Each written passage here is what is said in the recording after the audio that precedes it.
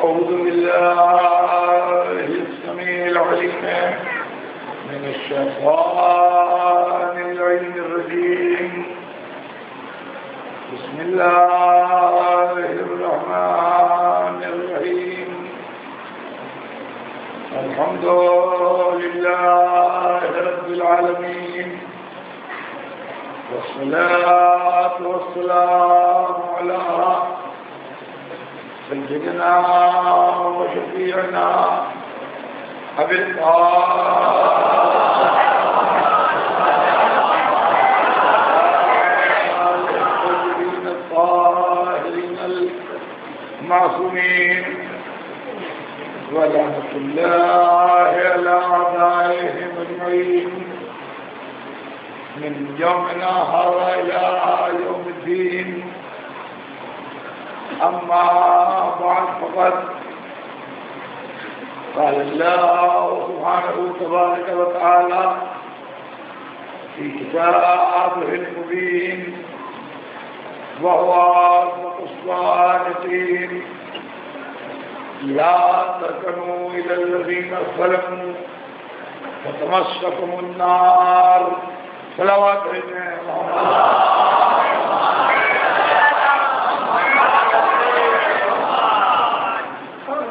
ارشاد اقدس جناب رب العزت ہے کہ دیکھو ہرگز ان لوگوں کی طرف تمہارا ہلکا سا جھکاؤ بھی نہ ہو جنہوں نے ظلم کیا ہے، ورنہ جہنم تمہیں کھینچ لے گا. عزیزان گرامی، سلسلہ بیان کہنے علی میں ہوگا. ہمارے آپ کے درمیان جو گفتگو ہے وہ یہ ہے کہ اسلام دین عدل ہے اور ظلم سے شدید نفرت کرتا ہے. اسلام دنیا میں پھیلے ہوئے ظلم کے خلاف ایک الہی موومنٹ ہے، ایک الہی تحریک ہے جو دنیا سے ظلم کو مٹانا چاہتی ہے اور انصاف کو رائج کرنا چاہتی ہے. چنانچہ میں نے گزشتہ 2-3 دن کی مجلسوں میں آپ کی خدمت میں عرض کیا کہ اسلام نے غلاموں کے لیے کیا کہا اور رسول و آل رسول نے غلاموں کے ساتھ کیا سلوک کیا. اسلام نے غریبوں کے لیے، ٹیچر سیکشن کے لیے، کمزوروں کے لیے، اپنے علاقے میں جو کچلے ہوئے لوگ تھے ان کے واسطے کیا کیا. خاص طور سے پرسوں اور کل کی 2 مجلسوں میں نے رسول اور آل رسول علیہ السلام کی سیرتوں کے حوالے دیے تھے. آپ کی خدمت میں بات ہو. آج میں آپ کی خدمت میں ایک بڑی امپارٹنٹ اور بڑی خاص بات عرض کرنا چاہتا ہوں، اور وہ بھی اس لیے کہ اب تاریخیں آگے بڑھ رہی ہیں تو شاید آگے اس کا موقع تفصیل سے نہ ملے. اسلام پر ایک بڑا الزام یہ ہے کہ اسلام نے عورتوں کے ساتھ زیادتی کی. خاص طور سے مغربی دنیا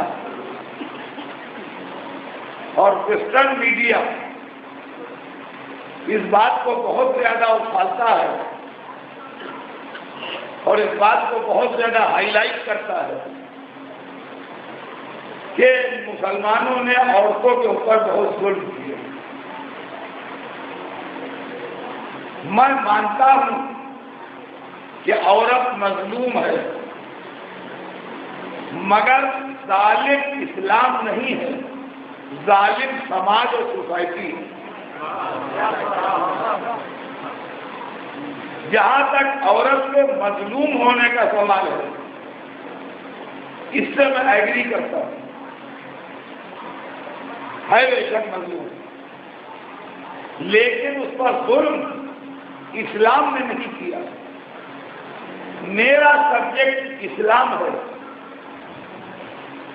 میں دنیا میں کیا ہو رہا ہے اس کا ذمہ دار نہیں ہوں، اسلام نے کیا کہا ہے اس کا ذمہ دار ہوں۔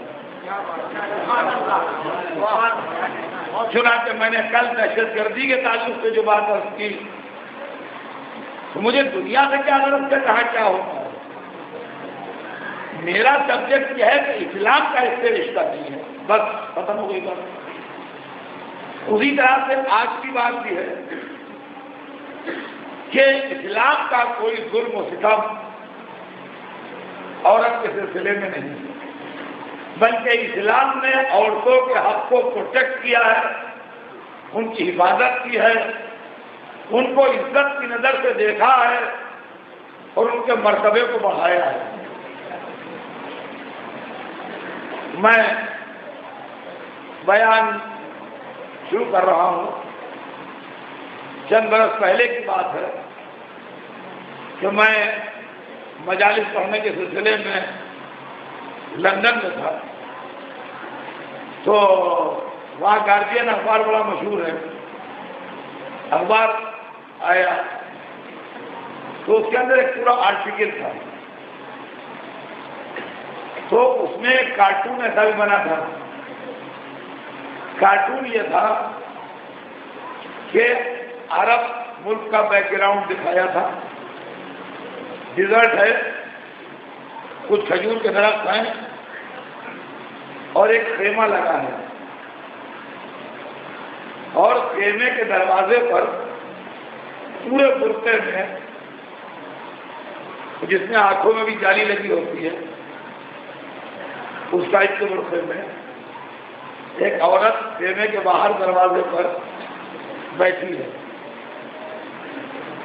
اور اس کے پیر میں ایک زنجیر پڑی ہے، اور زنجیر اندر خیمے کے اندر تک چلی گئی ہے، جو گیا خیمے کے اندر کہیں سے وہ بندھی ہوگی یا جو کچھ ہوگی، اور نیچے لکھا ہوا ہے Muslim woman is still prisoner.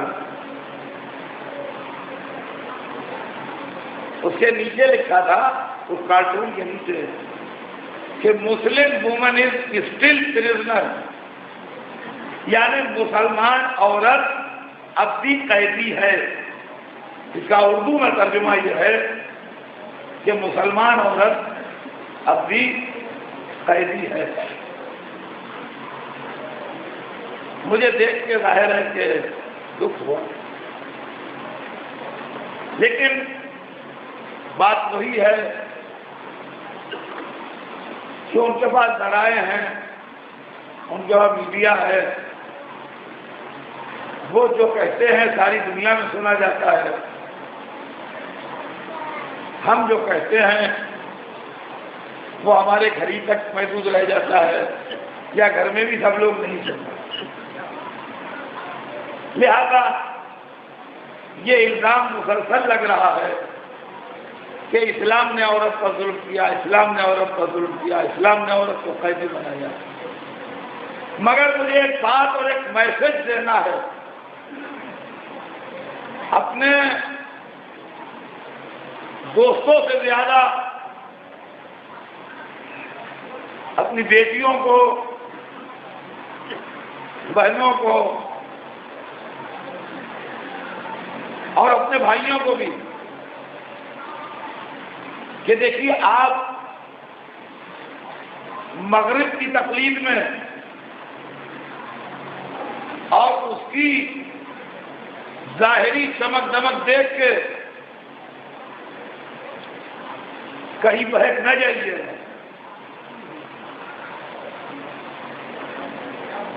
دیکھیے بڑے غور سے سنیے گا یہ بات، آپ اس کی ظاہری چمک دمک دیکھ کے کہیں بہک نہ جائیے گا، اس لیے کہ وہ فریب ہے، اصلیت نہیں ہے۔ ایک چیز ہوتی ہے شراب، شراب ڈیزرٹ میں ایسا لگتا ہے کہ دور پر دریا بہ رہا ہے، وہ دریا نہیں ہوتا، ہوا سے جو ذرے اٹھتے ہیں ان کی چمک دکھائی دیتی ہے تو آدمی سمجھتا ہے دریا ہے، وہ ایک سرٹن ڈسٹینس سے دکھائی دیتا ہے۔ آدمی جتنی دور آگے بڑھتا جائے گا اتنی دور وہ ہوتا چلا جائے گا، اور اس طریقے سے ڈیزرٹ میں قافلے کھو جاتے ہیں اور مر جاتے ہیں۔ اس کو سراب کہتے ہیں۔ تو یہ جو چمک دمک دکھائی دیتی ہے یہ سراب ہے، پانی نہیں ہے۔ اس کی وجہ یہ ہے کہ مغرب ہم کو کہتا ہے کہ مسلمان جانور ہیں، عورت کی عزت کرنا نہیں جانتے، عورت کو گھر میں قید کر کے رکھتے ہیں، عورت کو قیدی بناتے ہیں، عورت کو چادر اڑاتے ہیں۔ یہ بالکل جنگلی ہیں، یہ بالکل جنگلی ہیں، یہ عورت کو قید کر کے رکھتے ہیں، حالانکہ عورت کو ذلیل کرنے والا مغرب ہے۔ ہم عورت کو چادر اڑاتے ہیں، اس لیے ان کے خیال میں ہم عورت کو ذلیل کرتے ہیں۔ وہ پورے کمرشل ہیں، وہ اپنی تجارت چمکانے کے لیے عورت کے جسم کی نمائش کرتے ہیں، ہمارے خیال میں وہ عورت کو ذلیل کرتے ہیں۔ اور غور کیجیے گا ذرا اس بات کو، آپ کو موزے بیچنا ہے، آپ کو شرٹ بیچنا ہے، آپ کو کاسمیٹکس بیچنا ہے، آپ ہر موقع پر اس کے جسم کی نمائش کر رہے ہیں، آپ دلیل کر رہے ہیں کہ ہم دلیل کر رہے ہیں۔ اور بیٹیاں بھی یہ سن لیں کہ خالی چادر اتار دینے سے وہ خوش نہیں ہوں گے، آپ ان کے ساتھ قدم ملا کے چل نہ پائیں گے، اس لیے کہ انہوں نے اپنے ساحلوں پر بنام تہذیب عورت کے جسم کا ایک ایک تار اتار لیا۔ دنیا دیکھیے تو خبر لگے، جسم سے ایک ایک کپڑے کا تار اتار لیا بنام تہذیب، بنام سویلائزیشن۔ اب فیصلہ کون کرے؟ ہمارے خیال میں وہ جنگلی، ان کے خیال میں ہم جنگلی۔ تو اب تھرڈ پارٹی فیصلہ کرے تو تھرڈ پارٹی آئے کہاں سے جو فیصلہ کرے؟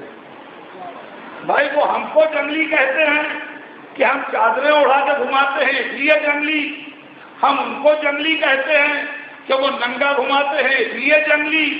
تو اب فیصلہ کرے کون؟ میرے خیال میں جنگل ہی میں چلیے۔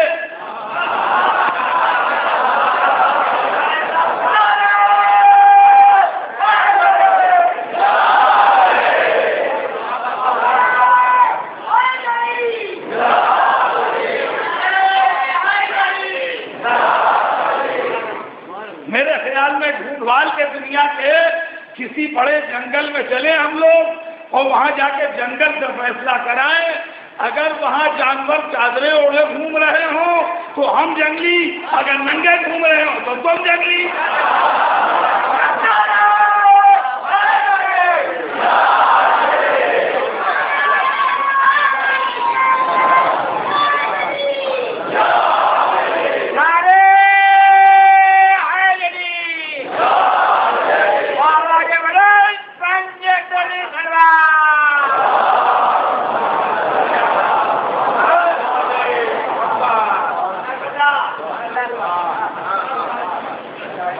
اب آئیے، میں آپ کو ہر منزل پر قرآن کی آواز سناتا ہوں تاکہ یہ بات ثابت ہوتی چلے کہ اسلام کیا کہتا ہے۔ اس لیے کہ اسلام میرے آپ کے طرز زندگی کا ذمہ دار نہیں، مگر جو قرآن پاک میں لکھا ہے اس کا اسلام پورا پورا ذمہ دار ہے۔ اب میں آپ کی خدمت میں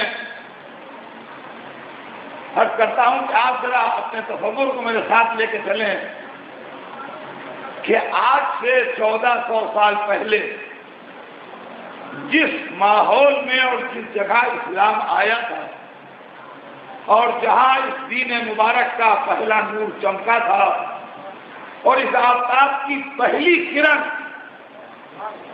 ابھری تھی وہ مکہ معظمہ اور اس کے آس پاس کا علاقہ، یعنی مکہ معظمہ، مدینہ منورہ اور انہی دونوں شہروں کے آس پاس کا علاقہ جہاں سرکار دو عالم تشریف فرما رہے اور جہاں وحی ربانی نازل ہوتی رہی۔ یہ وہ پہلی جگہ ہے جہاں پر اسلام کا نور چمکا اور یہ دین مبارک آئے۔ تو ہمیں یہ سروے کرنا چاہیے اور دیکھنا چاہیے کہ آج سے 1400 سال پہلے اس جگہ بسنے والے لوگوں کے عورتوں کے تعلق سے کیا خیالات تھے اور ان کے سامنے اسلام نے کون سا خیال پیش کیا ہے نا معقول بات؟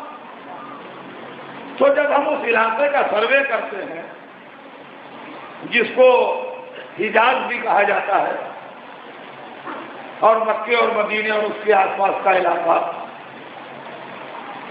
تو وہاں 3 طرح کے لوگ رہتے تھے، یعنی 3 قومیں آباد تھیں۔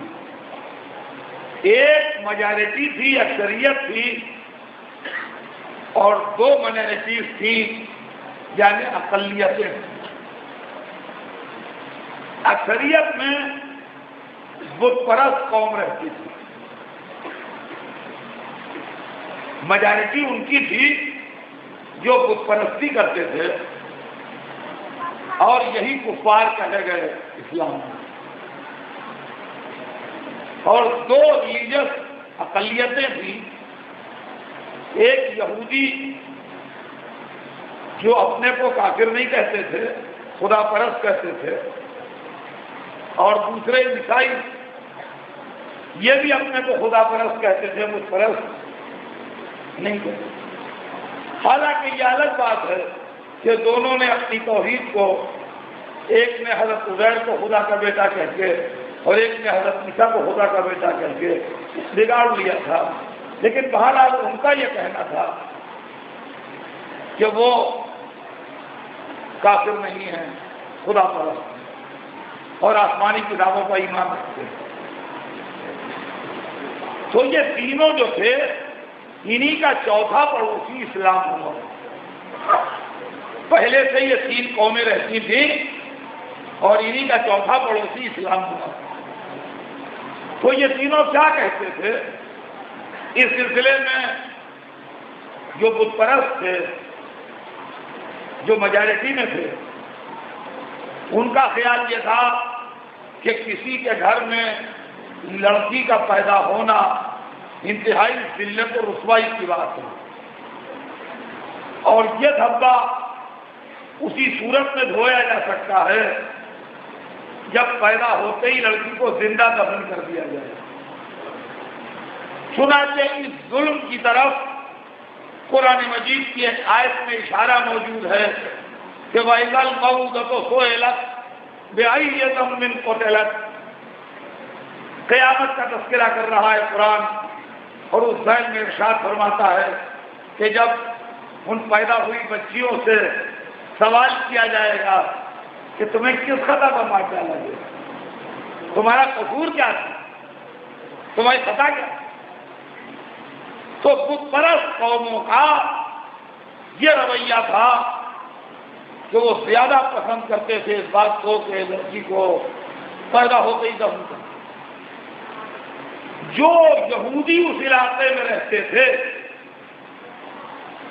وہ زندہ دفن کرنے کی بات تو نہیں کرتے تھے، مگر ان کے مذہبی رہنما کہتے تھے کہ یہودی مذہب میں سب سے بڑا گناہ یہ ہے، سب سے بڑا گناہ یہودی مذہب میں یہ ہے کہ کوئی بدبخت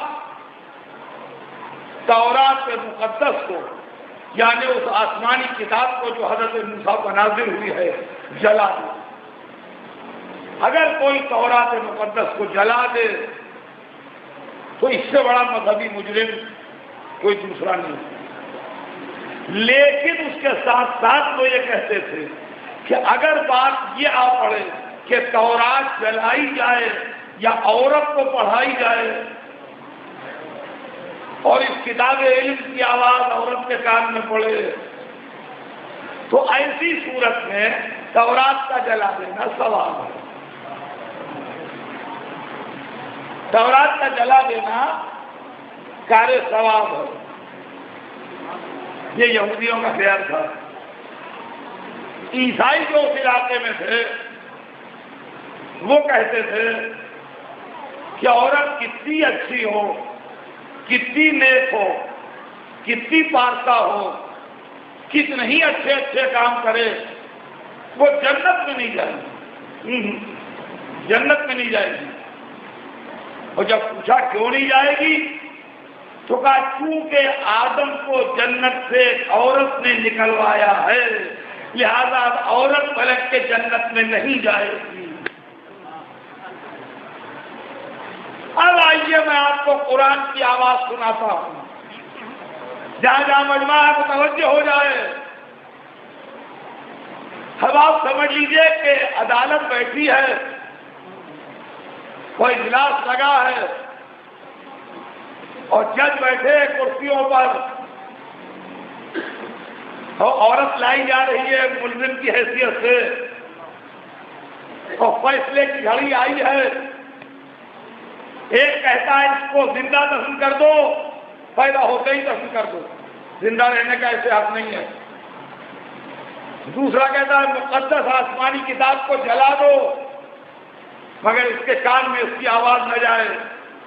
تیسرا کہتا ہے کتنی نیک ہو، یہ جنت میں نہیں جائے گی، اس کو جنت کے دروازے اس کو بند ہیں۔ چوتھی آواز اسلام کی آتی ہے، سنے دنیا، من عمل صالحا من ذکر او انثی وهو مؤمن فلنحيينه حیاة طیبة ولنجزینہم اجرہم بأحسن ما كانوا یعملون۔ تم میں جو بھی نیک عمل کرے، چاہے وہ نیک عمل کرنے والا مردوں میں ہو یا عورتوں میں، شرط یہ ہے کہ صاحب ایمان ہو، تو دنیا میں ہم اس کو پاک و پاکیزہ زندگی دیں گے اور آخرت میں جیسا عمل کیا ہے اس سے بہتر بدلہ دیں گے۔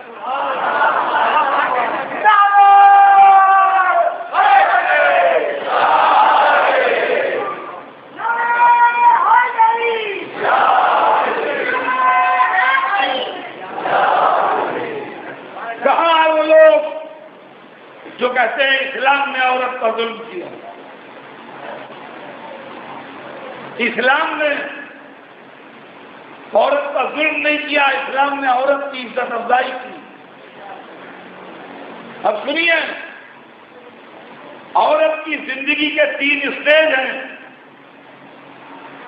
جس گھر میں آتی ہے بیٹی بن کے آتی ہے، عالم کا گھر ہو، جاہل کا گھر ہو، بادشاہ کا گھر ہو، فقیر کا گھر ہو،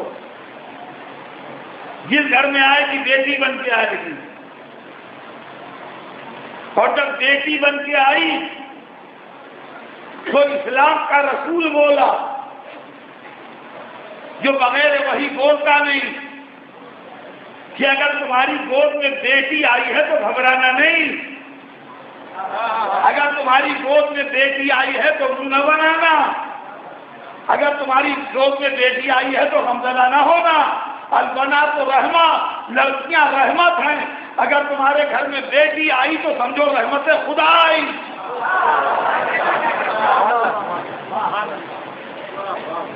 تو اسلام نے باپ کی گود میں بیٹی دی، رحمت کہتے ہیں۔ آپ کو معلوم ہے میری مجلس زندگی کی اسٹڈی ہوتی ہے، عورت و مرد کا فرق سنیے، بالکل نیا فرق سناؤں گا جو کبھی نہ سنا ہو کہ عورت و مرد میں فرق کیا ہے۔ دیکھیے گیہوں، اس کو دیہات کے لوگ زیادہ اچھا سمجھیں گے۔ گیہوں جس کھیت میں کسان بوتا ہے اسی کھیت میں تیار ہوتا ہے اور اسی کھیت سے کاٹ کے وہ لے جاتا ہے، لیکن دھان جس سے چاول نکلتا ہے وہ کسان اس کھیت میں بوتا ہے، جب اس سے بڑے بڑے ہو جاتے ہیں تو یہاں سے نکال کے اس کھیت میں بوتا ہے اور یہاں مکمل ہوتے ہیں اور یہاں سے کاٹ کے لے جاتا ہے. یہ معلوم ہے آپ کو؟ بس مرد جو ہے وہ گیہوں کا پودا ہے، جس گھر میں پیدا ہوتا ہے اسی گھر میں مکمل ہوتا ہے. عورت دھان کا پودا ہے، اس گھر میں پیدا ہوتی ہے اس گھر میں مکمل ہوتی ہے.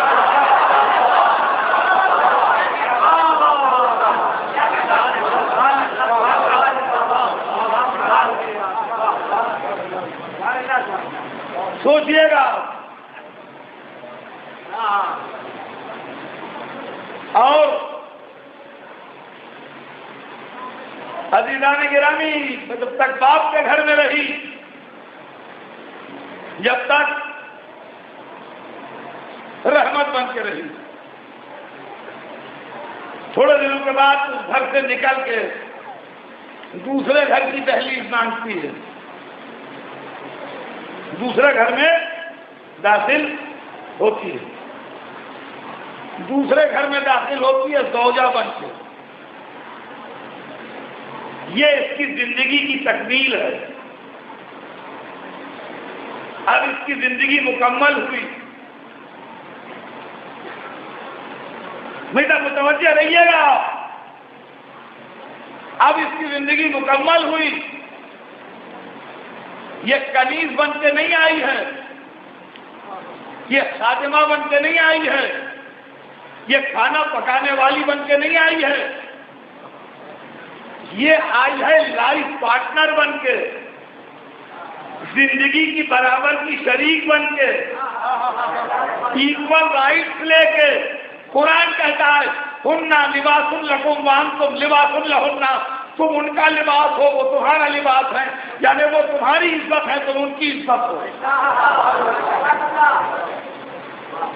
اب اگر کھانا پکوا رہا ہے تو سماج، اگر گھر میں قیدی کر کے بٹھایا ہے تو سوسائٹی نے، اگر ظلم کر رہی ہے تو سوسائٹی کرتی ہے. سوسائٹی کھاتے میں جاتا ہے اسلام کے، کرتے ہیں بادشاہ، کھاتے میں جاتا ہے اسلام کے، کرتے ہیں دولت مند، کھاتے میں جاتا ہے اسلام کے، کرتے ہیں مولوی، کھاتے میں جاتا ہے اسلام.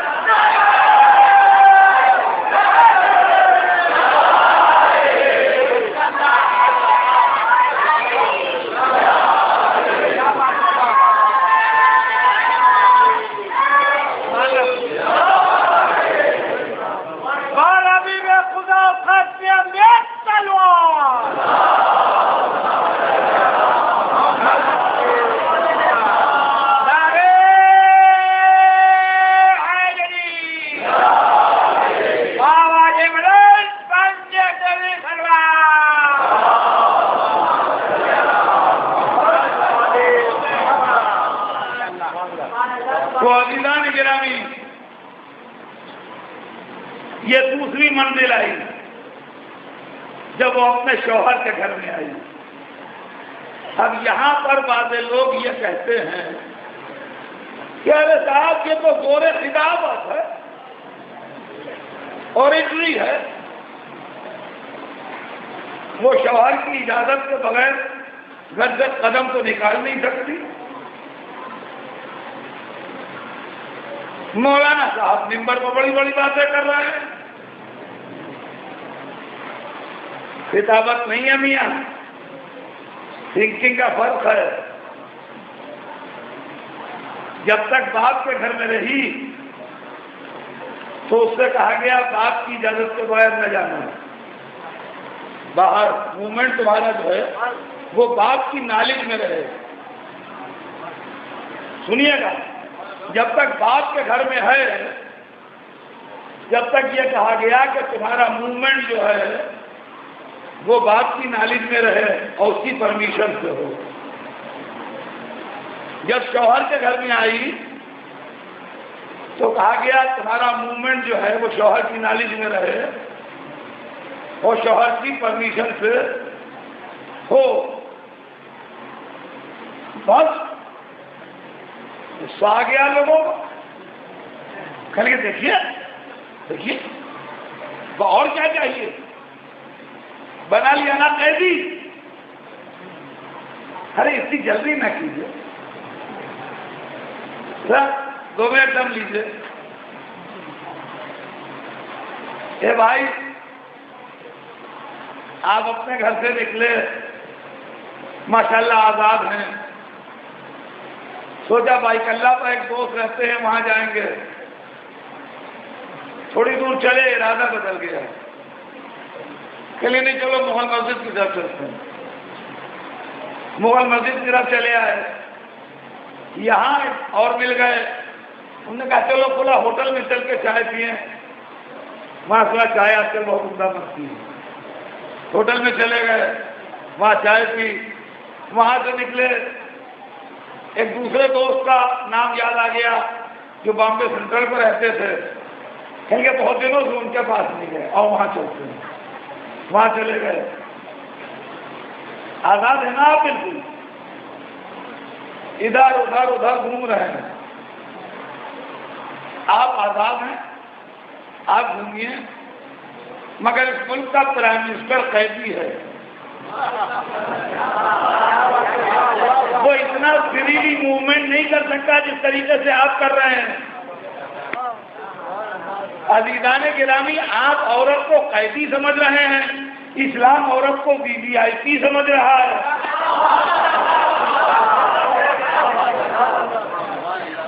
ہم آپ معمولی آدمی جیسے موومنٹ کرتے ہیں، کسی ملک کا صدر، کسی ملک کا وزیر اعظم، کوئی بہت بڑا آدمی اتنا فریلی موومنٹ نہیں کر سکتا۔ اب آپ نے پرائم منسٹر کو مان لیجیے بلایا اپنے یہاں اور بڑے انتظامات، سب یہاں سے وہاں تک ڈیکوریشن، لاکھوں روپے لگائے، اور ان کی ٹی پارٹی ہے تو اسی حساب سے لوگ مدعو۔ اب یہ ایریا تو صحیح ایسا ہی پرانا ایریا ہے، پرانا ایریا تو ہے کنجسٹڈ۔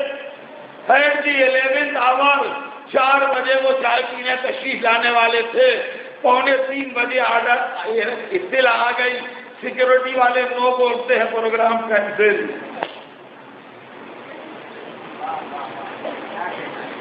سیکورٹی الاؤ نہیں کرتی، پروگرام کینسل۔ ان کا حساب لاکھوں روپے ہمیں لگے ہیں، مہمان آئے ہیں، ان کا واہ آپ کے لاکھوں روپے زیادہ ہیں کہ پرائم منسٹر کی جان زیادہ ہے؟ لگے ہو تو لگے ہو۔ سیکورٹی والے کہتے ہیں یہاں ان کو خطرہ ہے، تو معلوم یہ ہوا کہ پہیے صاحب اس ملک کا بڑا آدمی پرائم منسٹر چھوڑیے، سیکورٹی انچارج ہے سب سے بڑا آدمی، کیسی باتیں کرتے ہو بھیا؟ اسلام نے عورت کو عزت دی ہے، تو اس کے شوہر کو سیکورٹی انچارج بنایا، باپ کو سیکورٹی انچارج بنایا۔ اب کیا اگر آپ سیکورٹی انچارج کے کام میں ہر وقت انٹرفیئر کریں تو ریزائن دے کے الگ ہو جائے گا کہ پھر آپ ہی سنبھالیے۔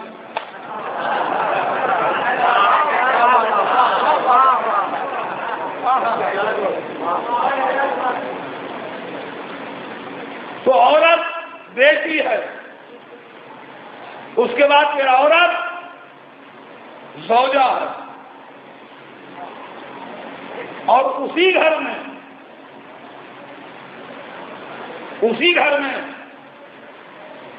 جس میں زوجہ بن کے آتی ہے، اس کی زندگی اپنے کلائمیکس پر جاتی ہے، نقطہ عروج پر، جب وہ ماں بن جاتی ہے۔ ارے کہاں ہیں وہ لوگ جو کہتے ہیں اسلام نے عورت کو کچھ نہیں سمجھا، اسلام نے عورت کو کچھ نہیں سمجھا؟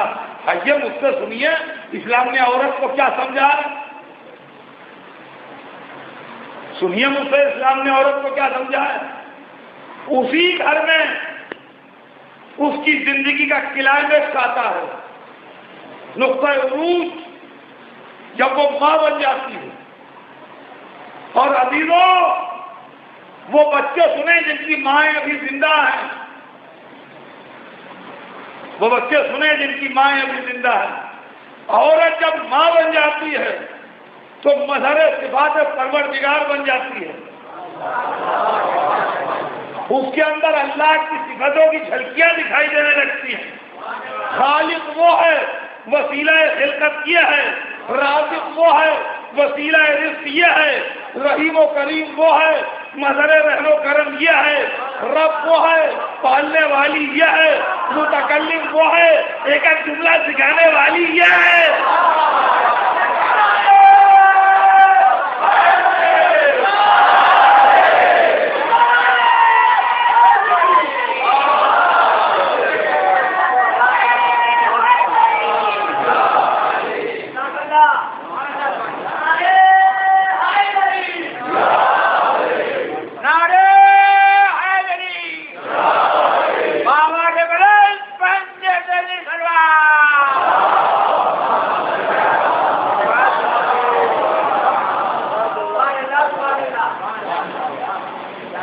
دیکھو بچوں،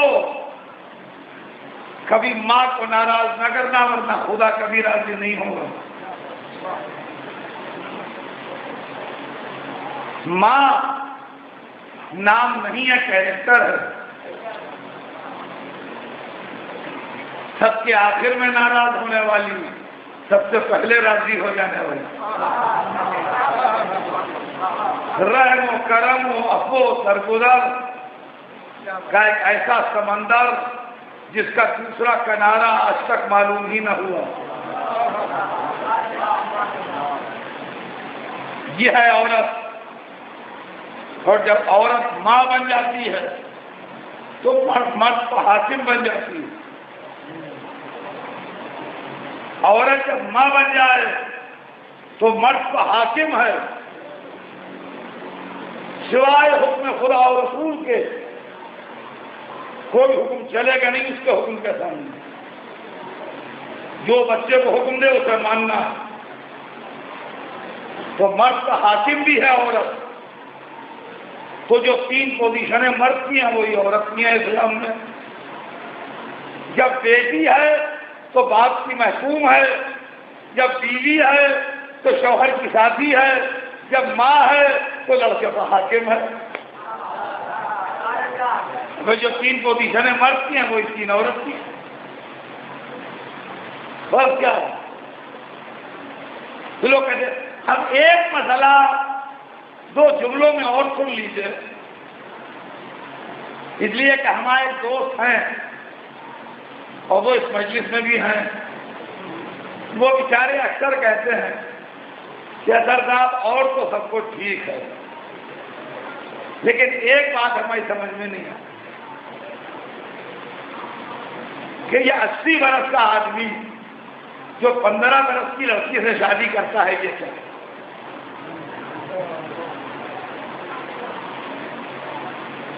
سمجھے آپ؟ ہمارے بڑے پیارے دوست ہیں اور بیچارے بڑے نیک آدمی ہیں، مگر یہ سوچتے ہیں۔ اچھا، ہم نے بھی کبھی ان سے روم پر اس بات پر ڈسکشن نہیں کیا، جب بھی انہوں نے کہا ہم نے سن لیا۔ کبھی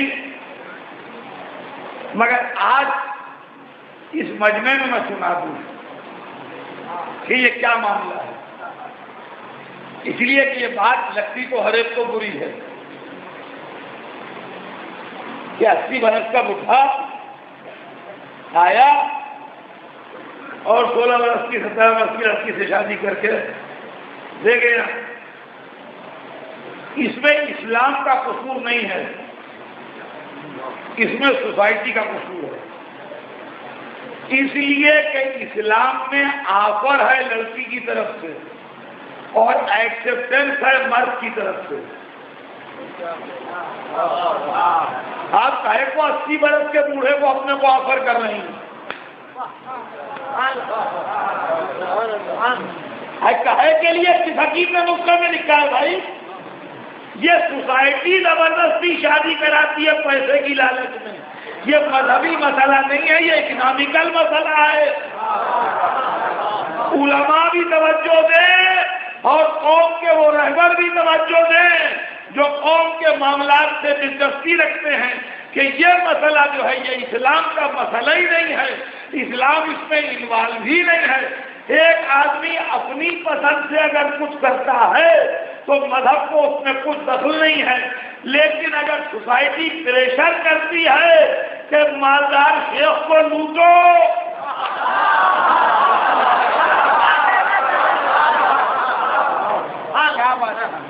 تو آپ نے شادی کی 16 برس کی لڑکی کی 80 برس کے بوڑھے سے اپنے فائدے کے لیے، پیسہ آپ نے کمایا، گالیاں اسلام نے کھائی۔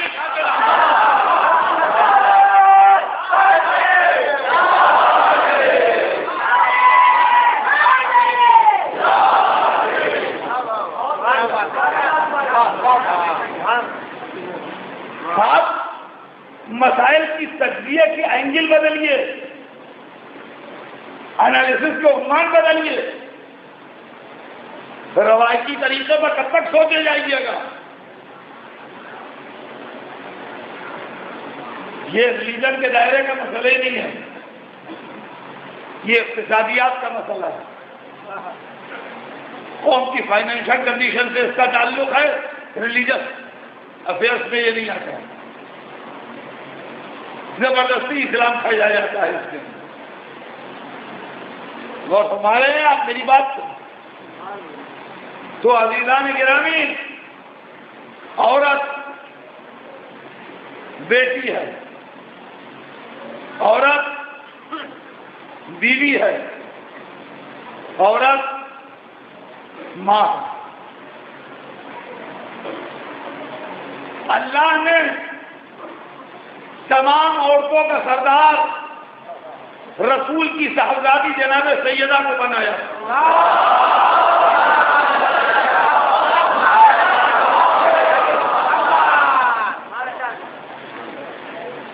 اسلام میں تمام عورتوں کا سردار فاطمہ زہرا کو بنایا، لہذا قدرت نے یہ چاہا کہ ان کی تینوں حیثیتیں نکھر کے سامنے آ جائیں، اس لیے بڑا انتظام کیا گیا، چادر تطہیر منگوائی گئی، پنجتن کو جمع کیا گیا، اور خدا نے اعلان کیا ہم فاطمہ تو وابوہا وبالہا۔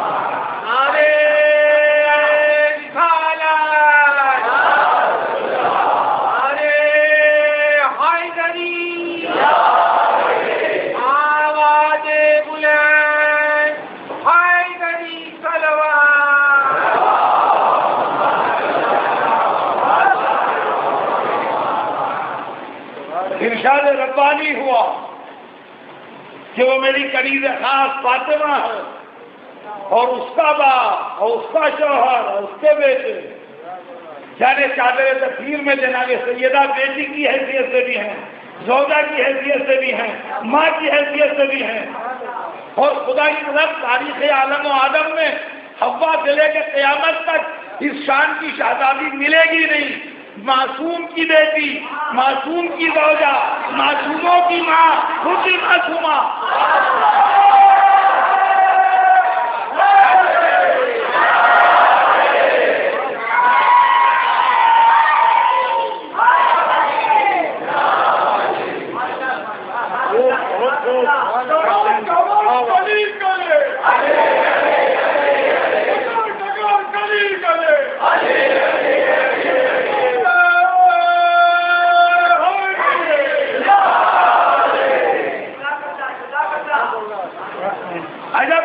فاطمہ زہرا کا گھر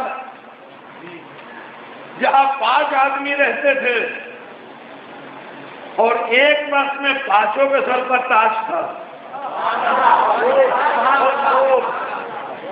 ہم نے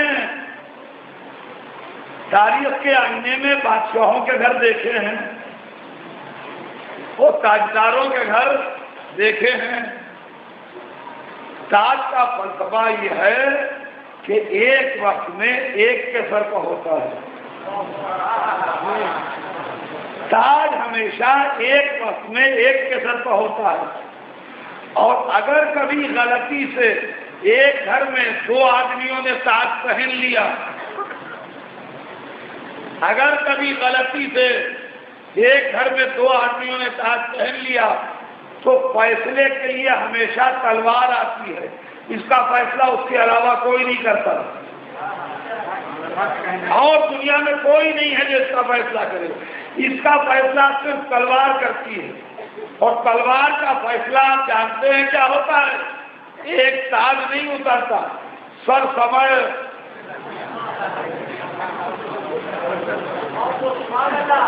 ہمیشہ تاریخ سے پوچھیے، تلوار کا فیصلہ ایک ہی ہوتا ہے، اور وہ یہ کہ ایک تاج سر سمے جاتا ہے، ایک رہتا ہے۔ یہ اکیلا سیدہ کا گھر ہے جہاں 5 آدمیوں کے سر کا تاج، باپ رسولوں کا سردار، شوہر ولیوں کا سردار، خود جنت کی عورتوں کی سردار، دونوں بیٹے جنت کے جوانوں کے سردار۔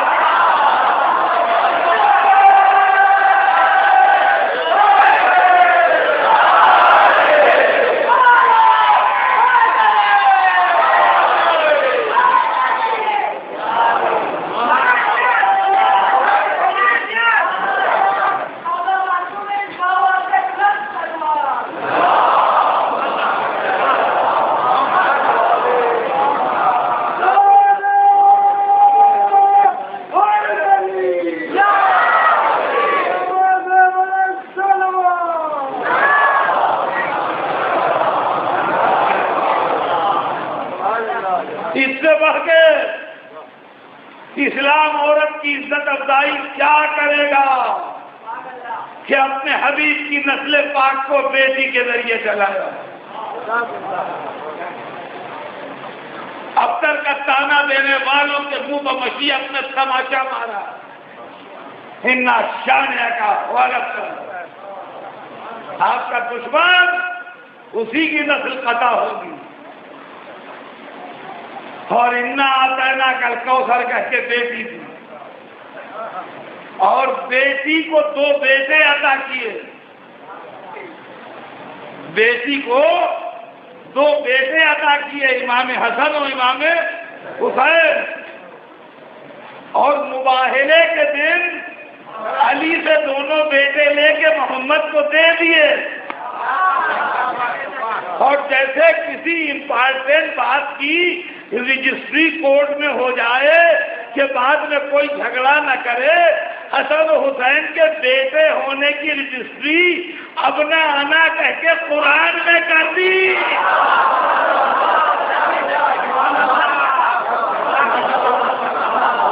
کیا اب قیامت تک کوئی یہ نہ کہہ سکے کہ یہ نوازے ہیں بیٹے کیسے؟ تو عزیزان گرامی، جب اسلام کا وقت پڑے گا تو کون نکلے گا؟ محمد کا بیٹا ہی تو نکلے گا۔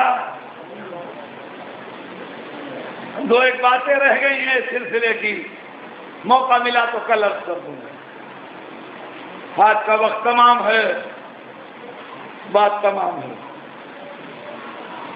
اگر اسلام کا برا وقت پڑے گا تو محمد کے بیٹوں کے سوا کون نکلے گا؟ اقتدار ہمیشہ اسلام کا دشمن رہا۔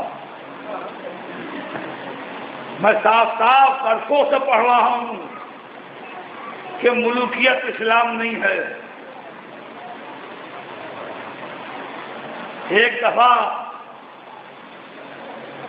ملوکیت خریدنے آئی تو محمد کے بڑے بیٹے نے حکومت کو ٹھوکر مار کے بتایا کہ امامت دکھتی نہیں، اور پھر جب حکومت ٹکرانے آئی تو محمد کے چھوٹے بیٹے نے حکومت سے ٹکر لے کے بتایا امامت جھکتی نہیں۔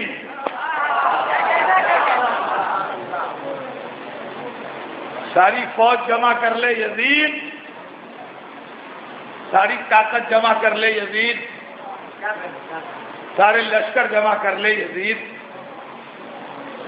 حسین کے اوپر اتنا سا اثر جو ہو تیری طاقت ہے۔ حسین کے پاس جو طاقتور جوان تھے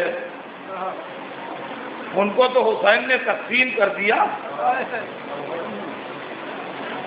4 آدمی حسین کے پاس ایسے تھے کہ اگر 4 ایک جگہ جمع ہو جاتے تو دنیا کی کوئی فوج کے بس میں تھا نہیں.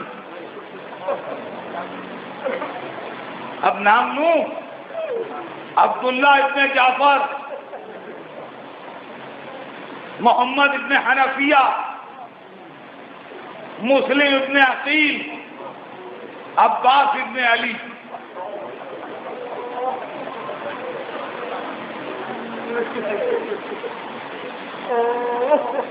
محمد حنفیہ کو اپنا وصی بنا کے مدینے میں چھوڑا کہ بھیا حرم رسول یہاں ہے، حرم جناب امیر یہاں ہے، تبرکات انبیاء یہاں ہیں، آپ ہمارے وصی ہیں، آپ یہاں رہیے، آپ نہ نکلیے گا. 25% طاقت مدینے میں چھوڑی، 25% طاقت عبداللہ ابن جعفر کو روکا، نہیں آپ کو نہیں جانے دوں گا. ایک منزل تک مکے سے ساتھ آئے تھے عبداللہ، قسمیں دے کے رخصت کر دیا. جو انہوں نے کہا اچھا میرے بیٹوں کو لیتے جائیے، کہا اچھا ٹھیک ہے بیٹوں کو لیے جاتا ہوں مگر آپ واپس جائیے. عبداللہ ابن جعفر کو مکے واپس کیا. مسلم کو پہلے ہی کوفے بھیجا.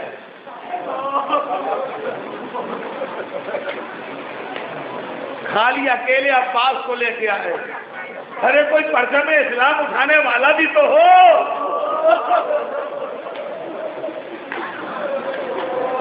کوئی پرچم اٹھانے والا بھی تو ہو اسلام کا. مگر جن عباس کو ساتھ لائے ان عباس کو لڑنے کی اجازت نہیں. عباس ساتھ ضرور آئے مگر عباس کے دل کی حسرت نہ نکلی. عزیزوں میں آپ سے کیوں کر عرض کروں، ہائے میرے مولا حسین، کربلا میں ایک ایک کا لاشا اٹھایا، ایک ایک کی میت پر گئے، دوستوں کی قربانیاں ہوتی رہیں. صبح سے لے کے ظہر کے بعد تک انصار حسین لوٹتے رہے اور ایک ایک کا لاشا لاتے رہے، ایک ایک کے سرہانے جاتے رہے. کبھی حبیب کی میت پر گئے، کبھی مسلم نے اوسجا کی میت پر گئے، کبھی زہیر قین کی میت پر گئے. ایک ایک کے جنازے کو خیمے میں لائے. اور جب دوست تمام ہو گئے تو عزیزوں کی باری آئی. عقیل کے بیٹے اور عقیل کے پوتے میدان جہاد میں بڑی شان سے لڑے اور حسین اپنے چچادار بھائیوں کی میتیں لے لے کے آئے. اور جب عقیل کے بیٹے اور پوتے شہید ہو گئے تو اولاد جعفر لڑی اور اون محمد کے لاشیں آئے. اور جب اون محمد بھی شہید ہو گئے تو کربلا میں عجب منظر تھا. خدا یہ قسم تاریخ میں یہ منظر عجب لکھا ہے کہ اب حضرت عباس کھڑے ہوئے اور اپنے بھائیوں کو لائے. ایک ایک کو لاتے تھے، حسین سے اجازت دلواتے تھے اور شہید ہوتا تھا وہ جا کے. حضرت عباس کے سب سے چھوٹے بھائی حضرت عبداللہ ابن علی کل 22 برس کے تھے، یعنی ولادت جب ہوئی ہے مولا کائنات کی شہادت تو یہ 2 سال کے تھے. تو یہ حسین کی گود کے پالے نہیں، عباس کی گود کے پالے بھی تھے. اور روایت میں یہ ہے کہ ان کی شادی بھی نہیں ہوئی تھی. اگر آپ کو یہ روایت دیکھنا ہو تو مناقب شہرا شوق میں دیکھ لیجئے. عباس اپنے چھوٹے بھائی عبداللہ کو لے کے آئے، کہہ کے چلو بھیا تمہیں اجازت دلا دوں، تمہاری شادی بھی نہیں ہوئی، تم نے کوئی یادگار بھی نہیں چھوڑی، مگر آج آقا پر سر کو نثار کر دو.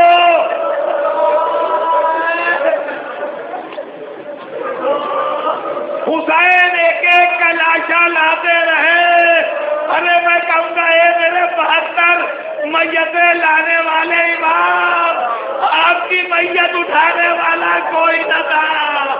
زینب صدیق نہیں تھی، سکینہ